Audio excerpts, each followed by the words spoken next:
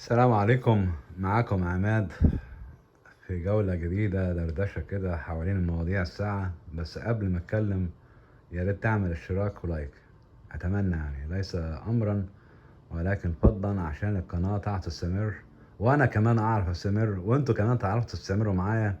لان لحد دلوقتي العملية ضنك خالص، انا ما عنديش مشتركين خالص. بالتالي انا بحاول ازود عدد المشتركين. وطبعا يعني انا مش هقول تاني، بس يعني باكد انا بعملش مليم احمر من اليوتيوب. اوكي، انا بس كل اللي انا عايزه ان عدد المشتركين يكتر، مش مهم عندي اللايك، بس اهم حاجه المشتركين عندي يكتر. لان اليوتيوب عامله ريكوايرمنت لازم يكون عندي 1000 مشترك. انا الرقم بتاعي دلوقتي 405، يعني لسه ما جبتش حتى نص الالف. اوكي، يعني قدامي طريق طويل قوي قوي قوي قوي. ما علينا، تعال نتكلم في المهم. اوكي. آه في ناس ده هجوم على قطر، ما اعرفش ايه السبب. يعني ما اعرفش، يعني هل ده حقد؟ هل دي ضغينة قديمة ايام ما كان في خلافات ما بين قطر ومصر زمان؟ ايام ما كان في خلافات ما بين قطر والسعودية ايام زمان، تمام؟ او خلافات بين قطر والامارات برضو ايام زمان. زمان خلاص راح، يعني دي حقبة وانتهت. تمام. دلوقتي احنا بنفكر في الاقتصاد. عشان تفكر في الاقتصاد بتنسى الخلافات الشخصية او العواطف الشخصية. فكر بعقلانية. انت محتاج دولة غنية تقف جنب مصر، محتاج دولة معاها فلوس تساعد مصر. اوكي، الدولة دي مين؟ دي قطر. تمام. مالكمش دعوة بقى صرفت 250 مليار دولار على كأس العالم. ده المبلغ ده للبنية التحتية، مش بس كأس عالم يعني. بالتالي هما بيعملوا بنية تحتية لبلدهم. الفلوس دي هتتجاب تاني في خلال 10 سنين أو 15 سنة، هيجيبوا الفلوس دي تاني. تمام. متنساش إن دولة زي قطر تعتبر أمريكا بتاعت الشرق الأوسط. أوكي، دولة غنية جدا معاها فلوس بالعبيط بالهبل، يعني ربنا يدينا ويديهم يعني. أوكي. بالتالي آه، مفيش داعي يعني يكون عندك نوع من الكره تجاه بلد كمجرد انها دولة غنية. يعني ده انا زي ما قال المرحوم السادات: وانزعوا الحقد من قلوبكم. مش قالها ننزع الحقد من قلوبكم؟ اوكي. بالتالي لازم ننزع الحقد من قلوبنا ونتعايش مع الناس. ربنا خلق الغني وربنا خلق الفقير. في دول غنية، في دول فقيرة. تمام. لما يكون في دول غنية وفقيرة، ماشي، الدول الفقيرة بتستنفع من الدول الغنية على قد ما تقدر عشان تبني اقتصادها. ولما الدول الفقيرة اقتصادها ينتعش وتبقى غنية، تعمل اللي هي عايز تعمله وليس قبل هذا. اوكي. بالتالي يا جماعة، يعني اتمنى ان النقد الهدام تجاه قطر ده ينتهي. يعني احنا كلنا شفنا بنفسنا السيسي راح هناك، قابل ولي العهد، مفيش مشاكل، سلام على بعض. اوكي. سلم على الرئيس التركي الطيب اردوغان. اوكي، رجب الطيب اردوغان. اوكي، مفيش مشاكل خالص. اوكي. شفتوا الملك بتاع المملكة العربية السعودية لبس الوشاح القطري، والملك القطري لبس الوشاح السعودي في مباراة الافتتاح. تمام. بالتالي واضح جدا ان السعودية وقطر عاملين تحالف دلوقتي، وعاملين اتحاد ونسوا الخلافات القديمة. اوكي. ليه؟ عشان في حاجة اسمها لغة الاقتصاد. لغة الاقتصاد دي اهم جدا من الخلافات الشخصية ما بين البلدان وبعضهم. اوكي. تاني نقطة أخيرة كمان. اوكي. انا احب اتكلم عليها. اوكي. مفيش بلد في العالم تستضيف كأس العالم الا لما تصرف.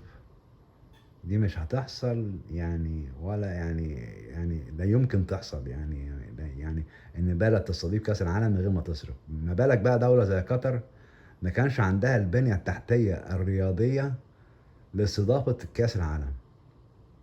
يعني ما فيش اولا استاد كتير محضر، مفيش التكنولوجيا التقنية بتاع كأس العالم زي الفار BAR وكاميرات المتابعة. مفيش انترنت سريع جدا ينشر الاخبار على انحاء العالم بسرعة البرق والصاروخ قبل كده، دي اول مرة تحصل.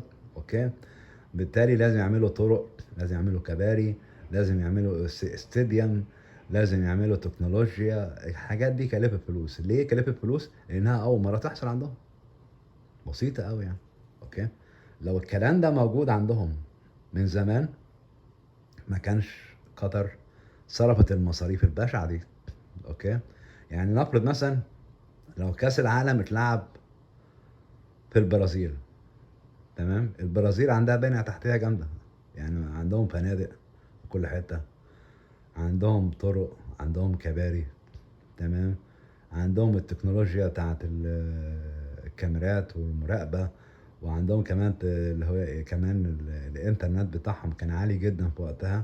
بالتالي لو هي مثلا كأس العالم تم اقامته في البرازيل، البرازيل مش هتتكلف كتير زي قطر. قطر اتكلفت كتير عشان فيما بعد لو هي استضافت اي كاس مهم في لعبة مهمة زي لعبة كرة القدم، مش هيصرفوا تاني. البنية التحتية موجودة عندهم، خلاص انتهت.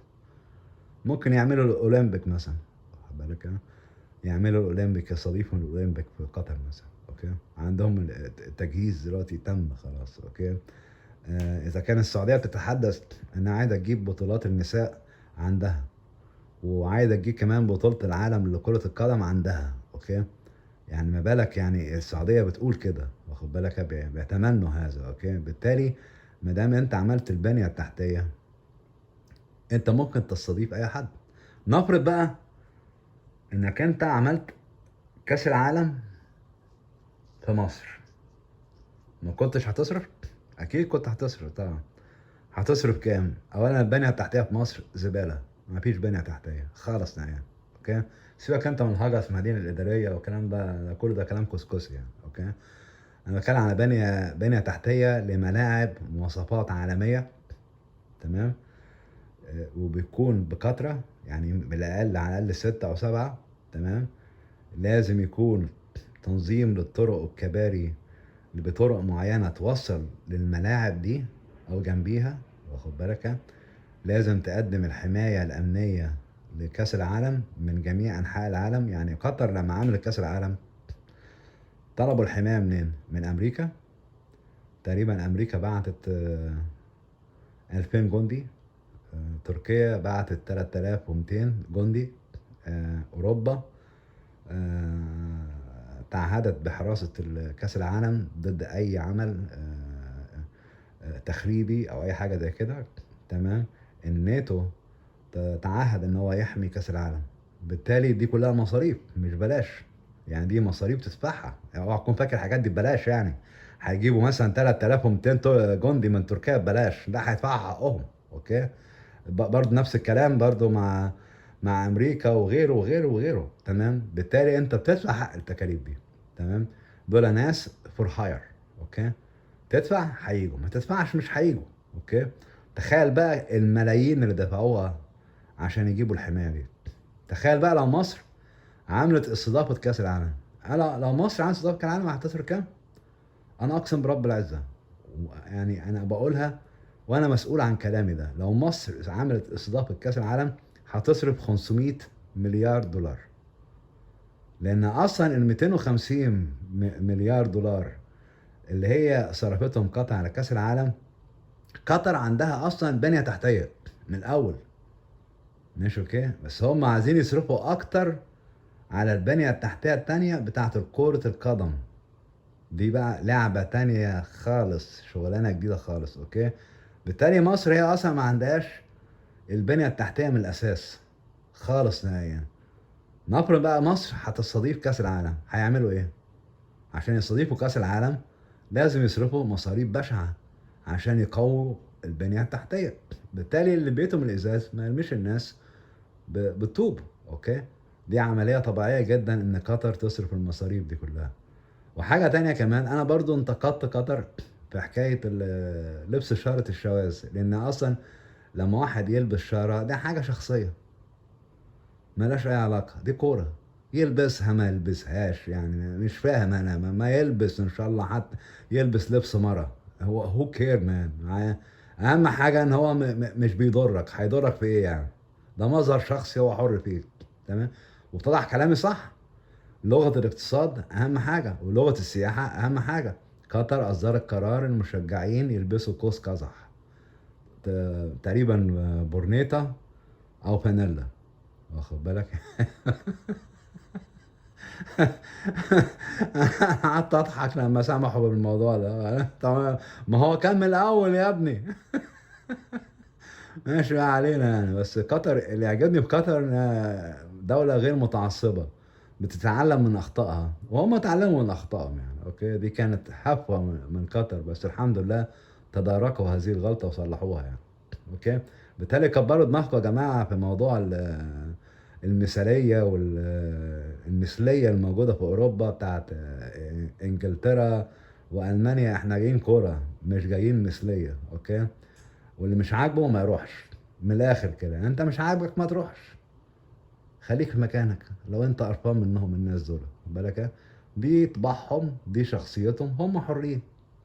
ما احنا عندنا عيوب الدنيا ما بنتكلمش عليها ليه؟ ليه احنا ما بنتكلمش عليها؟ اشمعنى بقى الناس دي بقى احنا هنعيب عليها ونمسك لها على الواحده؟